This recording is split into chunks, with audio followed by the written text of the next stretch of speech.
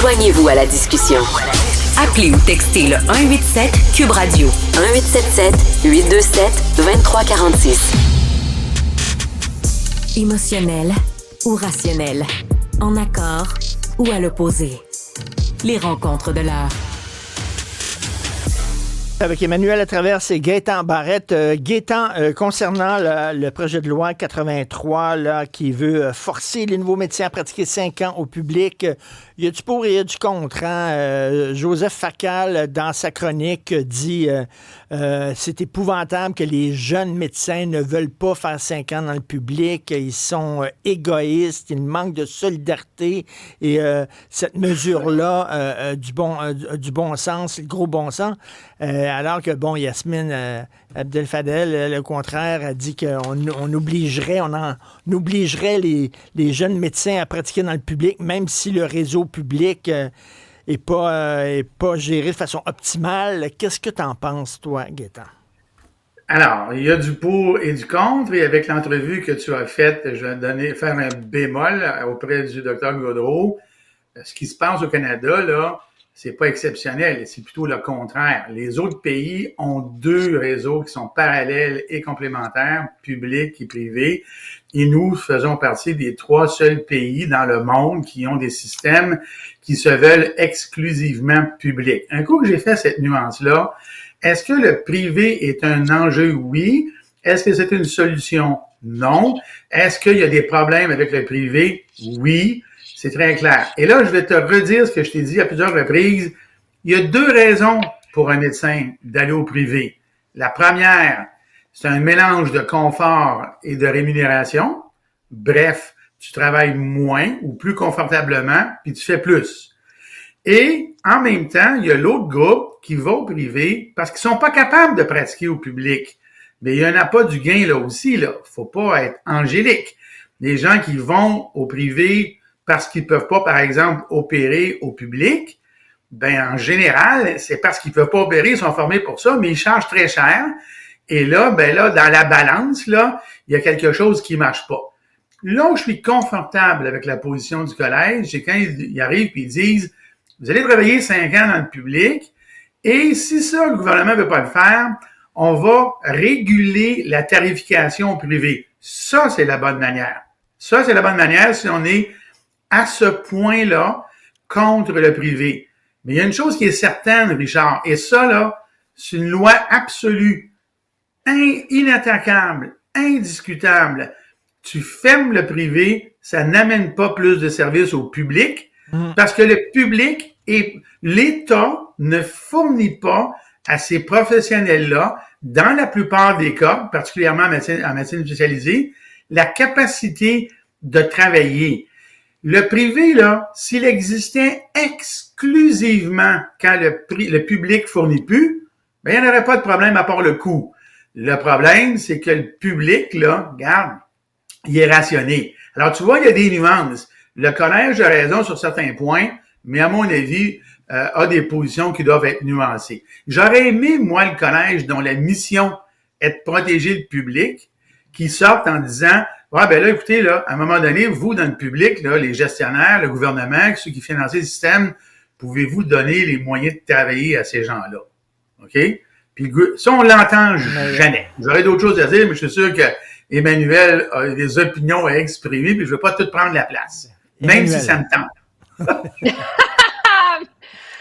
Écoute, moi, je comprends le gouvernement de vouloir essayer de mettre un couvercle sur la marmite là, des portes tournantes entre le public et le privé. Je comprends les médecins d'être complètement collés au plafond parce que eux, ils disent en même temps, ben écoutez, ça n'a aucun sens, on peut pas opérer, c'est pour ça qu'on va au privé. En même temps, on a subventionné leur formation. Fait que, il y a comme un devoir de service public là quand il vient avec. Le problème, c'est que tout ça, dans mon esprit, c'est un faux débat. Là, ça fait depuis 2020 que ça dure. Là, au début, c'était les primes. Après ça, c'était les agences. Puis là, c'était les conventions collectives. Puis là, c'est les omnis qui travaillent pas assez fort. Puis là, maintenant, c'est les maudits spécialistes. Puis là, finalement, on allait avoir l'Institut, il y a eu l'Institut de la pertinence, hein, qui allait donner de... Puis là, on va taper sa tête des 700 médecins qui vont travailler au privé.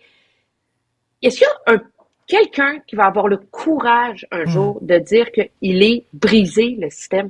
Ça marche pas. Ah ben, Alors, je l'ai dit on souvent, patch moi. on a une logique en s'imaginant qu'on peut faire plus avec moins que l'État, on veut pas payer plus d'impôts, mais on veut soigner tous les maux.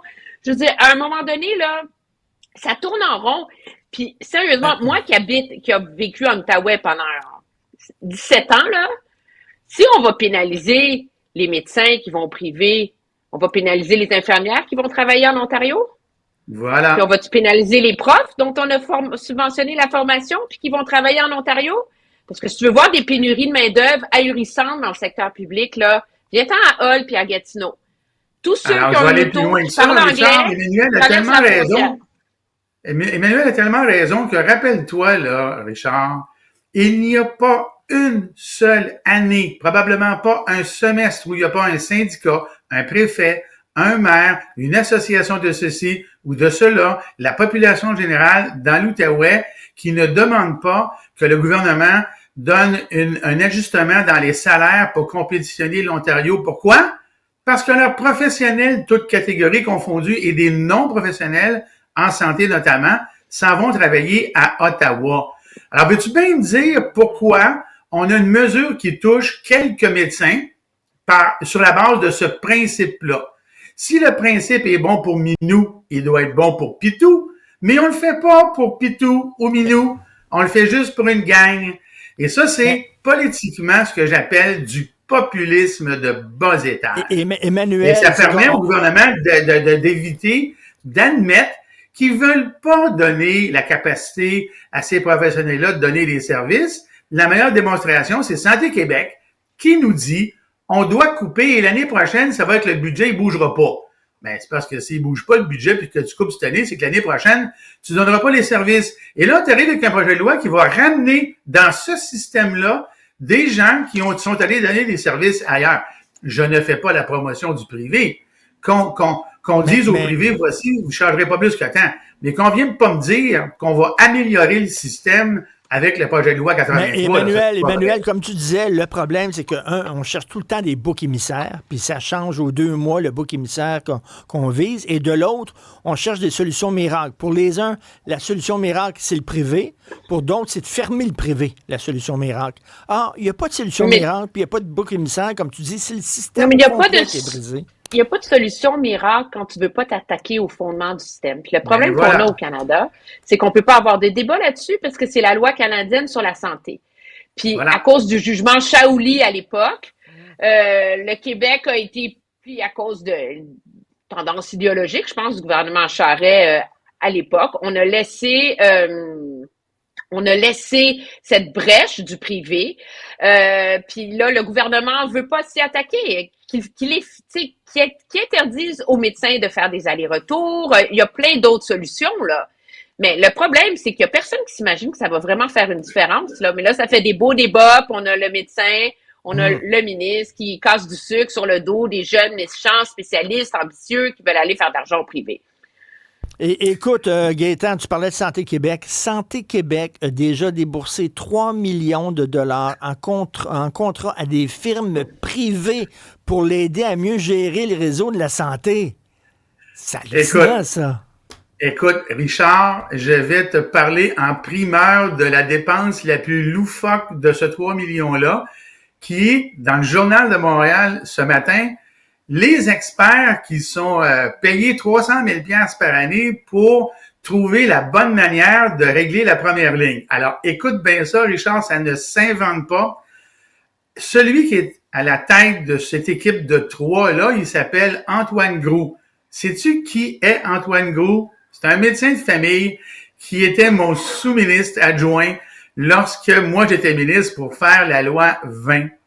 C'était celui qui était responsable par son expertise de mettre en place sur la base de la science des paramètres pour faire en sorte que la première ligne fonctionne.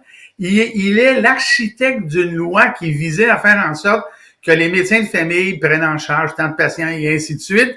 C'est lui qui est l'architecte et quand il était devant moi, il me présentait la science puis il me disait, écoutez, Dr. Barrett, voici ce que la science dit, voici. Puis moi, je dis, ben oui, correct, si la science le démontre, on va faire une loi pour l'appliquer parce que spontanément, les gens le font pas.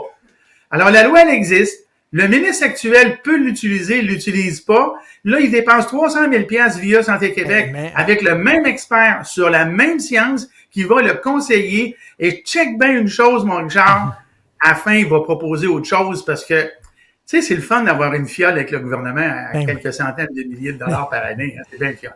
Emmanuel, explique-moi ça, Emmanuel. Comment ça se fait? On dit qu'il faut couper 1,5 milliard ou presque dans le système de santé parce que, bon, on n'a plus d'argent. Mais on a assez d'argent pour donner 3 millions de dollars à des firmes de consultation privée. Non, mais ça, moi, gars, je comprends pas. Mon contrat préféré, là, c'est le sondage que Santé Québec a donné pour sonder la confiance des Québécois. Gars, là, t'as pas besoin de me donner 50 000 $ pour sonder, je vais te le dire. Les Québécois n'ont pas confiance en Santé Québec. Les Québécois sont sceptiques. Les Québécois sont tannés. Les Québécois vont y croire. Ils vont le croire quand ils vont le voir. Après ça, écoute, Emmanuel, t'es pas un autre contrat pour avoir définir la mission stratégique de Santé Québec. Allô? Hey, écoute, Richard. Ils ont passé 2 milliards d'heures en commission parlementaire à parler de cette affaire-là. Non, mais attends, mieux que ça, Richard, mieux que ça. Tu sais, les conseils d'administration sont construits de la façon suivante. Et dans le cas de Santé Québec, c'est des Top Guns. Fait que là, tu as un Top Gun en informatique, tu as un Top Gun en ressources humaines, tu as un Top Gun en communication, tu as un Top Gun en gestion du personnel. Tu es censé avoir des Top Guns dans tous les aspects qu'est le système de santé. La première affaire qu'ils font, ils consultent.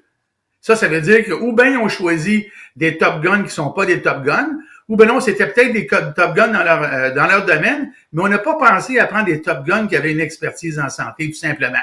Alors, on consulte. Emmanuel. Par exemple, non, mais Richard, il faut dire une chose vraiment importante, par exemple. C'est que ces consultations-là nous ont permis d'avoir une agence Santé Québec qui va être centrée sur l'humain. Oui. Merci, je suis tellement d'accord avec toi, Emmanuel. Emmanuel, hier, la page couverture du Toronto Sun, tu voyais tous les gens qui se présentent pour devenir chef du Parti libéral du Canada, dont Mme Freeland, M. Carney, tout ça, toutes leurs photos. Et là, c'était écrit, on était dans le champ pour l'immigration, on était dans le champ pour la taxe, les gains capital, on était complètement dans le champ pour la taxe carbone, mais réalisez-nous. En gros. C'est excellent. Ça, c'est le Toronto Sun, hein? Oui, voilà. C'est excellent, mais la réalité, c'est que le monde, ils sont d'accord. Ben, il y a un sondage léger qui vient tout chaud. Ça fait même pas une heure là, qui est sorti. On est encore en train de s'exciter là-dessus, que j'ai pas eu le temps de te l'envoyer. Il montre qu'à l'heure actuelle, avec Justin Trudeau, le Parti libéral serait à 31 %, les conservateurs à 40 %. Déjà, ça, c'est une augmentation de 6 % en 2 semaines. OK? Ce qui est comme monumental dans l'ère des sondages. Tu mets Mark Carney à la tête du Parti libéral, ils sont au coude à coude. 37-37. Ça fait 12 points de changement dans l'électorat en 2 semaines. Puis dans tout ça, alors, pourquoi? Parce que Mark Carney, 2 choses. La crise avec Trump ramène les électeurs néo-démocrates chez les libéraux. Puis Mark Carney va grappiller un autre batch d'électeurs de chez les conservateurs. Puis pourquoi est-ce que ça marche pour Mark Carney? Pour une raison très simple, c'est que lui, là, la une du Toronto Sun, là, ça l'atteint pas. Parce que tu peux plaider, oui, mais il est un conseiller de machin, mais tu sais, il était conseiller, je veux dire. C'est pas lui qui gouvernait, il était pas ministre. Et il a sa propre marque de commerce. Je te promets que s'il gagne, puis déclenche une campagne électorale avant la fin du mois de mars, il ne sera pas écrit Liberal dessus, il va être écrit Mark Carney dessus. Ah oui. Écoute, Richard, je vais faire une autre version de ce qu'elle vient de dire, Emmanuel, puis je suis d'accord avec elle. C'est quand un sauveur arrive, un messie, ça donne naissance à une religion. Et une religion, c'est proche de la politique et une élection.